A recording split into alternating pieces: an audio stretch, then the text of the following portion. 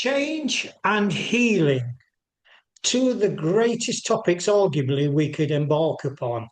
And when you put them together, arguably, they come even greater. So, to help unravel this enigmatic or these enigmatic topics, I'm delighted to welcome back somebody who has a regard as a friend, more importantly, but also on a professional level, a world change expert. Without further ado, Richard Gerver, a very warm welcome to you, sir. Hello, Paul. It's so good to be with you again. How are you? I'm all good. I'm all good, thank you.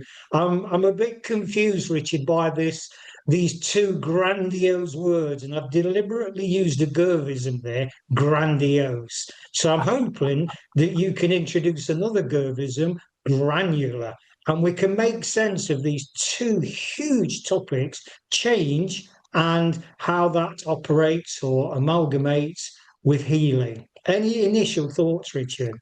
Yeah, I think my first reflex, Paul, is another word really, and that is powerlessness. I think the thing we fear most about change, the thing we find most difficult about change, most awe-inspiring, is a sense of powerlessness. You know, nobody is worried about change if it's something they choose to do, if it's in their control, if it's in their gift.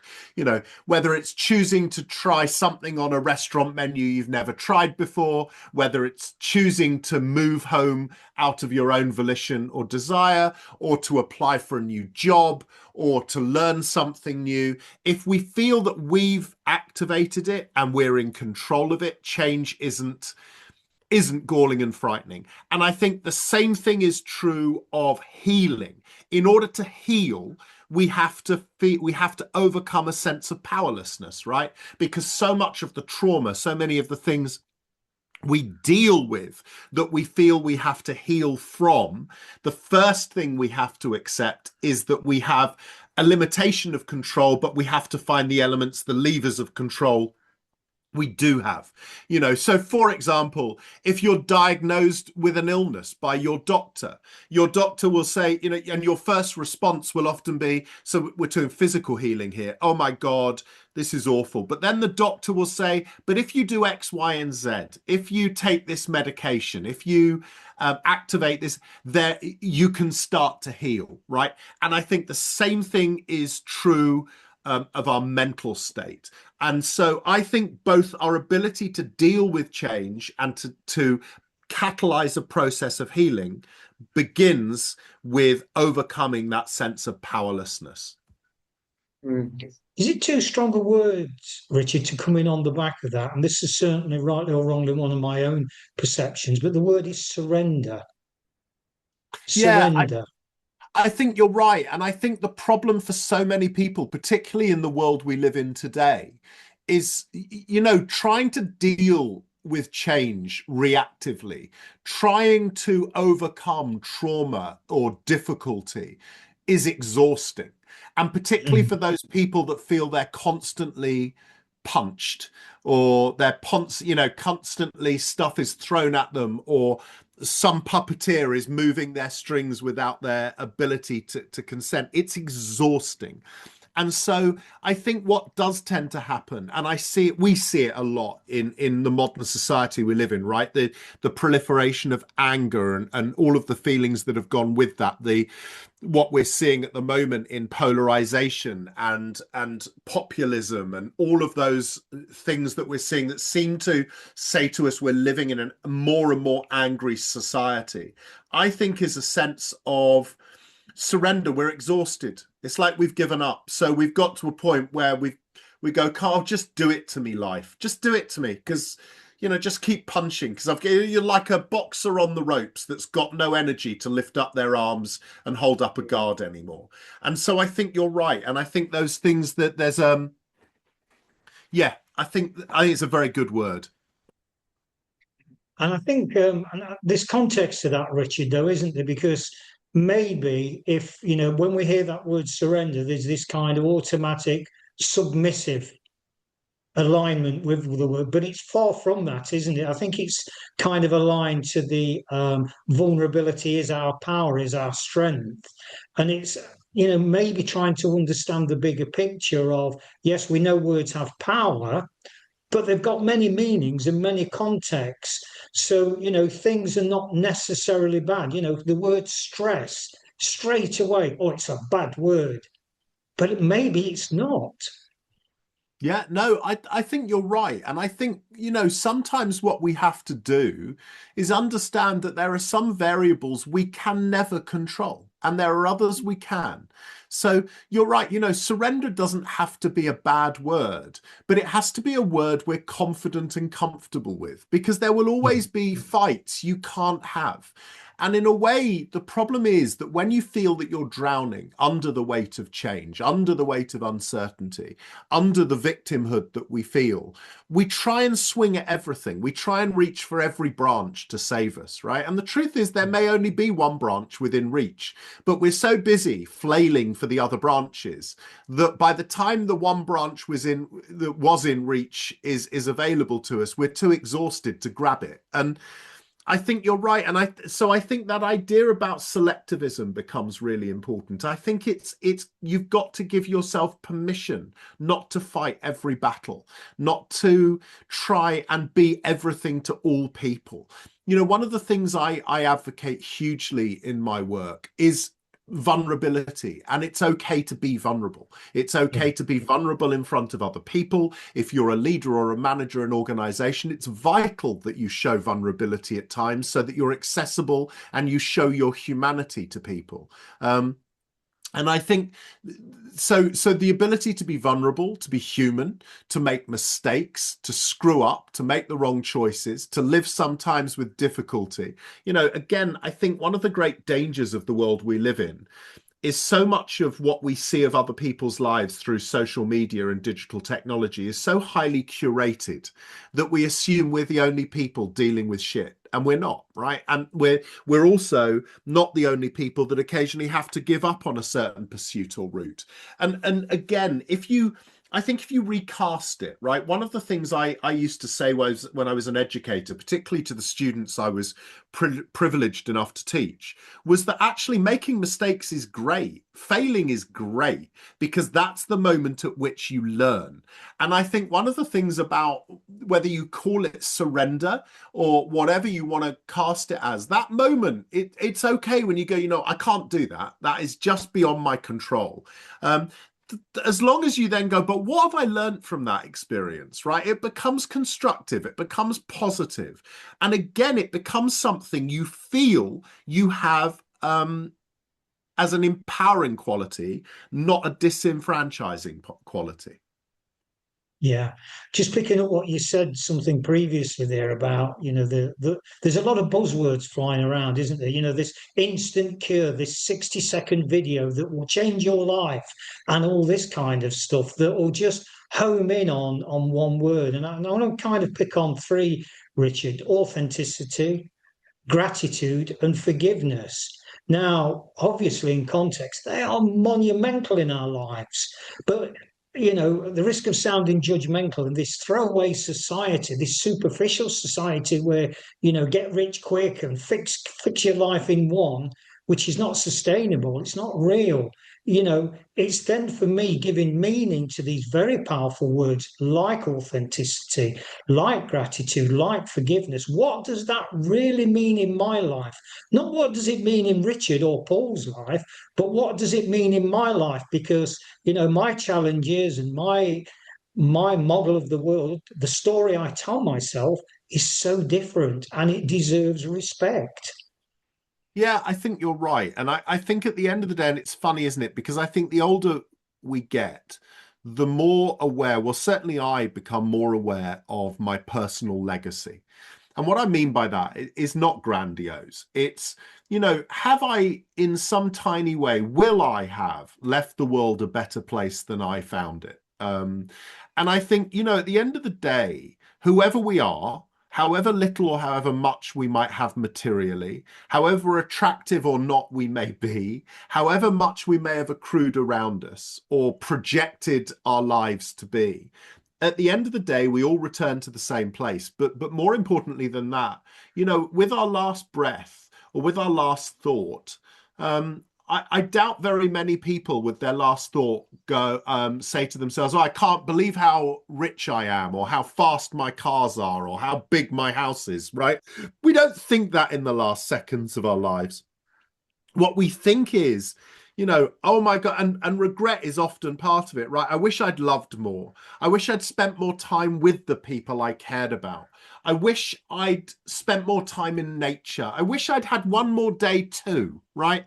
And I think at the end of the day, when you strip our lives back, the veneer that surrounds us of the projection of wealth, of security, of power, of all of these things is eminently superficial. And at the end of the day, I think all of us, and we will all know our different legacy, and we will all know how we want to leave the world a tiny bit better than we found it, because there is no one answer to that. But I think that's what we should all be striving for, and be cognizant of. Are my actions this day making things a little bit better? Am I endeavoring to try and do good? Because those are the things that will be our last thoughts as we leave the world, right? I think. And I think sometimes it's really important in the age of consumerism we live in, and this kind of superficiality, to remember ultimately that humankind have never been any different. And that's the way I like to think we need to be, because I think it strips away the mythology of, oh, if I just had a little bit more money, if I just had a bigger house, if I just had a faster car, if I just went on more holidays, if I just had more designer clothes, that will make me happy. And the truth is, when you talk to people that have got all those things, they're still as miserable and dissatisfied as any of the rest of us. Because the truth is, what really changes the way we feel about ourselves is the way we change the way other people feel about them. And that comes through our interactions on a human level. We are human beings. We are creatures of communality, of togetherness. We're a pack. We're herd mentality. We are organic, beautifully different and unpredictable creatures. But the human relationship is everything. And the way we are able to cultivate those relationships and make a difference to ourselves and each other is our defining characteristic. And so I think even if we're tempted to believe that that house, that car, that paycheck will make the difference, it won't. It won't. When you strip it down, it comes to how we make each other feel. Mhm. Just the thought that came to me there. So the process, the healing process, which embraces change. And I deliberately, at the top of this conversation, Richard, introduced two of your words that I've certainly associated very strongly with you, rightly or wrongly. And maybe those three words are granular, not grandiose. And that gives us permission to take pressure off ourselves. All the expectation that we build up, and we would have, we could have, we should have, and all that stuff, that it puts so much pressure on us. And quite frankly, now maybe I'm speaking from personal experience a little too much here, but it makes you ill. Yeah. No, it does. I think it does, because you're always searching for the pot of gold at the end of the rainbow, and either by the time you get there the rainbow's disappeared, or you realize the gold was a fiction in the first place, right? And therefore the next rain comes, the next rainbow appears, and you keep that endless pursuit of something that is unobtainable. And even if it was obtainable, it's superficial. And you're right, at the end of the day, in those days where you feel most overwhelmed, the first triumph is waking up in the morning. I remember an old story about one guy who would define happiness every morning by saying, when I wake up, the first thing I do is I push my elbows outwards. And if I can't feel the wood of a casket, it's going to be a good day, right? And I think sometimes we need to strip it back to that granularity, right? I am breathing today. I am relatively healthy. I can get up out of bed today. I can open the curtains today. I can make myself, I have food in my fridge today. I can feed myself today, right? I can breathe today. I can see the sun and appreciate the trees and the grass today. And I think sometimes, it's really interesting when COVID happened in the first lockdown, and most of our freedoms were denied to us, irrespective of our financial situation or power or position, right? Most of us were in the same boat. It's a really interesting thing because I think very rarely in human history has there been such an intense shared human experience across continents, right? For most of humanity. What was really interesting to me was people said, I remember, when we were allowed to go out for our one walk a day or whatever it was, it became a real big thing. Oh, there are more birds, right? And people used to say, well, maybe that's because there are less planes and less cars and less. There are more birds. The truth is, there weren't more birds. It's just we appreciated the birds that had always been there, but were too busy to notice, right? And I think in a way, that's what I mean by granularity, that actually the most grounding way to start to put into perspective the challenges, the change that we face, and to begin a process of healing, perspective becomes really, really important. And sometimes we overlook those basic qualities. I'm breathing today. I can see today. I can hear today, and the things that I can love today. Those things, we overlook them in the pursuit of believing the answer has to be bigger, more complicated, that it's more grandiose. And I think sometimes it becomes very grounding and very contextualizing if what we do is we start with the basics. Again, and I'll stop ranting in a minute. A few years ago, I was delivering a speech at a conference in Australia to a big chemical pharmaceutical company. And it was for thousands of their sales division. And it was really interesting because the conference began and the first speaker was the CFO, the financial officer, who stood up and did all the graphs and the profit charts and the loss charts and all this malarkey. And you could feel the room fading in minute one. But then what happened was they said, now we're going to introduce you to one of our patient advocates. And this woman stood up and she said, I'm not going to speak to you. I'm going to show you a very short film. Right. And she showed this very short film. And the short film began with this guy, I suppose, in his early 60s, who was talking to camera. And behind him, kind of out of focus, people can imagine this, was a beach and the waves. And there was a youngish woman in her maybe 20s or 30s, a man of a similar age and a little toddler. And they were playing on the beach in the background out of focus. And the guy turned to camera and he said, I am really pleased I've had this opportunity because what I want to do today is say thank you. Because of your work, you bought me an extra day. And with that extra day, I saw my daughter married. And with the extra day, I saw my grandchild born. And with the extra day, I've been able to see my grandchild play with her parents on the beach. And in that moment, that story told that room of people who were bombarded with profit and loss and sales and figures, that actually what they were doing on a human level had meant that that grandfather had had one more day. And I think what was really interesting was when you turned and saw the reaction in the room, every single person's shoulders lifted slightly. There were tears in the room. There were smiles on people's faces. And ultimately, you stripped back the crap. And what you realized was those people had made a difference to a human being. Wow. One more day. I feel a book coming on, Richard. One Yeah, more day. absolutely. Right. One more day, because that ultimately is it. That to me was so powerful. What you gave me was one more day. I mean, just extraordinary way of distilling some of the complexity in those people's lives. And that's why I think the granular is so important, because that's what I love about the elegance of that line. When you were speaking there and used that phrase, more birds, what came to mind was not enough time, the reciprocal of that. How many times in a day, in our lifetimes, do we come across there's not enough hours in the day? I'm too stressed that, I haven't done this, I haven't done that, the pressure yet again. And my own take upon that, Richard, is, well, the reality is there's 86,400 moments in every single day for each and every one of us.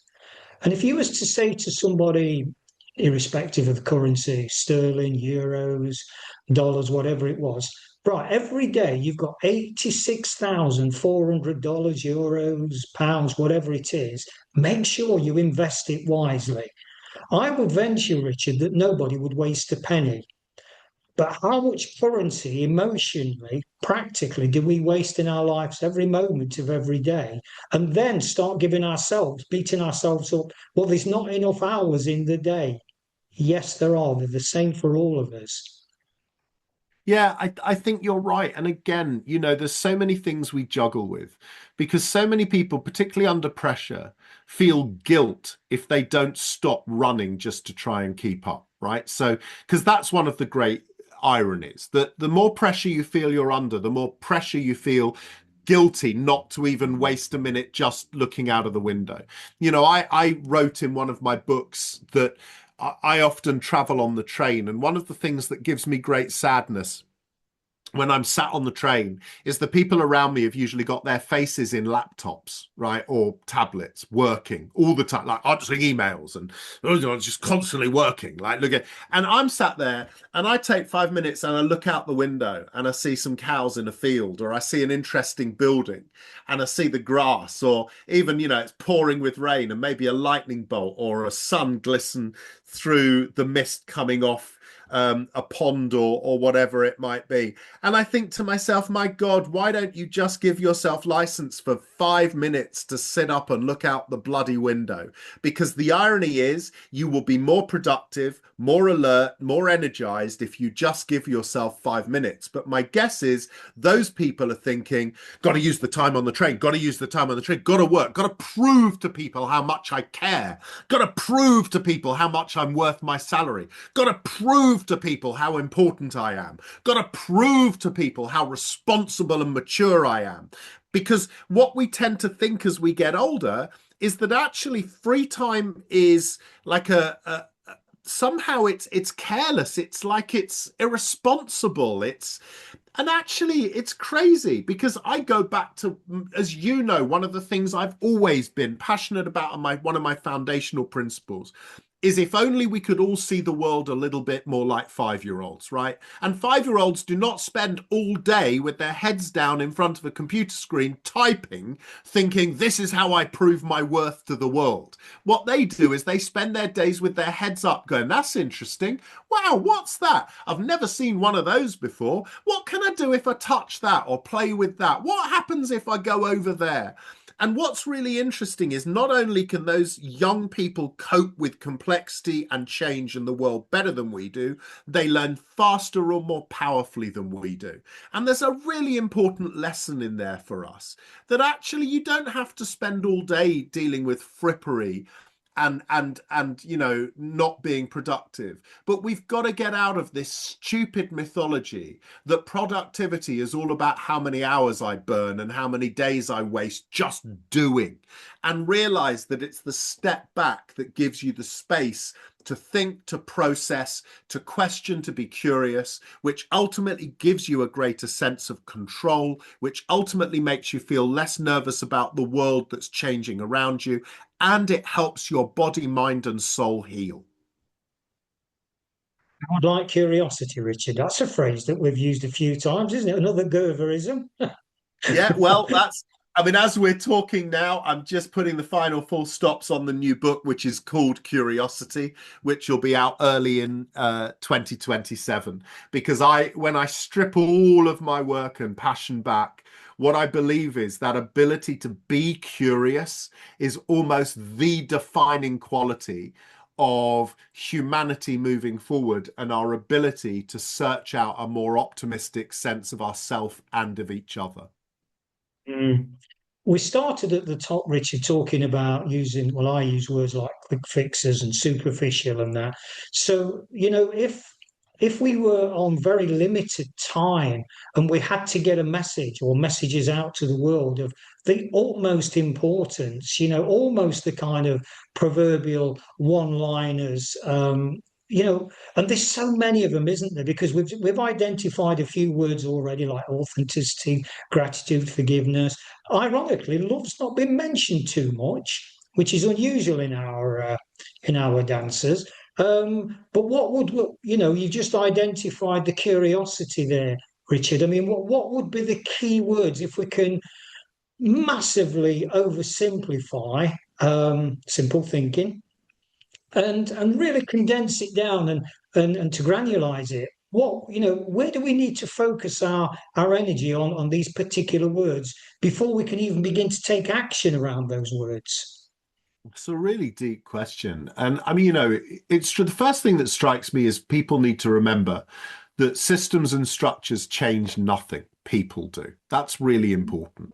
The second thing is to remember that our ability to change is linked to our ability to learn. And both of those things are catalyzed by our ability to be curious. And curiosity is neither an immature trait or a trait of privileged people or lazy people. Curiosity has defined humanity since the first time we rubbed sticks together and created fire. And even prior to that, it is a core and basic human trait. It is what has allowed us as human beings to evolve. So in a time of things like artificial intelligence, and what's that going to do to humanity? In an age of arch manipulators who are trying to sow division and polarization between us. It is curiosity. And all that really is our ability to ask questions and to have the courage to find things of interest and to have, more importantly, the courage to admit I don't know or I don't understand. But I tell you what, I'm going to learn. I'm going to ask. I'm going to find out. And it comes back to the word that I used before, which is vulnerability. We have to all be prepared to be vulnerable. Now, you talk about love, and that's a really interesting thing too, because ultimately, one of the greatest signs of love is your ability to be vulnerable in front of those people you have relationships with, family, friends, your significant other, if you have one.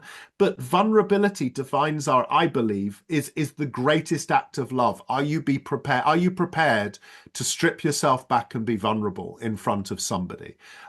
So I think that's where all of this comes from. We have to start with vulnerability. We are born both physically and figuratively vulnerable. We are born naked and we are born needing something from everyone in order to survive. Whether it's our mother's milk or whatever else it is, we rely on others. Vulnerability and trust and curiosity, those things are what define us as young children, what help us survive, and ultimately what have created a species that has gone on for as long as our humanity has. So yeah, let's go back to some of those primal instincts and primal behaviors. And curiosity fundamentally is just the ability to find things interesting. I want to start to close out, Richard, if I may, by introducing one more word, and it hasn't been used in this particular conversation so far, and that word is hope. Do you think young people, stroke young children in those formative years, are they aware of this thing called hope? Or is it something that we learn in later life because, the layers of unlove start to congregate, to envelop us, and then we look for ways out. We unlearn the things that we've learned, and we hope that things will get better. Again, I think it's an interesting thing because I think in many ways, if you strip hope back to its primal form, do young children feel it? Yeah, because I hope someone will change my nappy. I hope someone will feed me. I hope my mummy gives me a cuddle or my dad plays with me or whatever else it might be. We all hope, right? And hope is a defining part of the optimism of human spirit. I think sometimes as we get older, we move further and further away from the primal parts of hope, and we become bigger. And dare I say it, for one of the words we've used a lot today and the one you introduced right at the beginning, sometimes our hopes become grandiose, and then they're no longer hopes, right? They become artificial supports and crutches. Like, I hope that if I only had a better job, I hope that if only I had a better holiday, I wish, these things become become convoluted. And I think actually what we need to do is strip hope back to its primal form. And we need to hope to be healthy. We need to hope to live long enough to accomplish some of the things in our lives that will help us make a difference and leave the world a better place. And I think, again, like so many of these things, as we get older, we saddle terms and the perception of these terms with too much complexity. I love the term hope because I believe in optimism. As an educator in my formal life, I believe education should always give us hope for the future. It should always make us optimistic. And I'm sure we've shared this before, but people talk to me a lot at the moment about the future and young people. And I have great hope and optimism. One, because unlike the media, I spend a lot of time with our young people, and I think the current generation of young people are exceptional. I think they're amazing, amazing people. And I think every period of human history, when we've gone through periods of darkness, and we have gone through many periods of darkness in human history, some much greater and more profound than the one we're living through now. But we have, in every period of human darkness, is followed by a renaissance, a human renaissance of spirit, of creativity, of curiosity, of ingenuity, of innovation, of science, of art.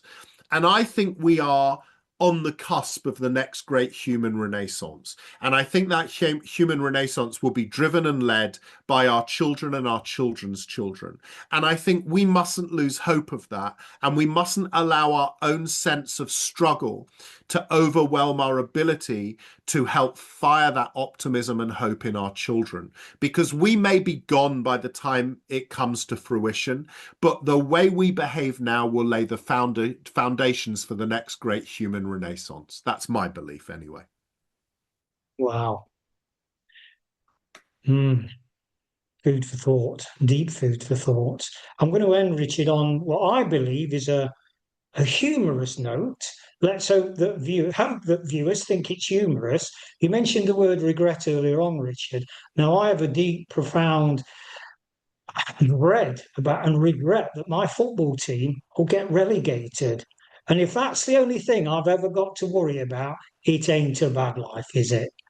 Do you know what? It's absolutely true. Look, I mean, I sit here now, as you know, as a lifelong Arsenal supporter, and I've lived through years of hurt like most of us have. And the irony is, for those of you that are into football or soccer, Arsenal won the Premier League trophy for the first time in 22 years this year. And a friend of mine the other day said, I bet you're devastated that Arsenal didn't win the Champions League final. And I looked at them and said, are you crazy? First of all, we won the Premier League. And secondly, it's only a game of football because this morning I got up, I looked at my wife, who I adore. I was able to breathe, get out of bed and look at the sunrise.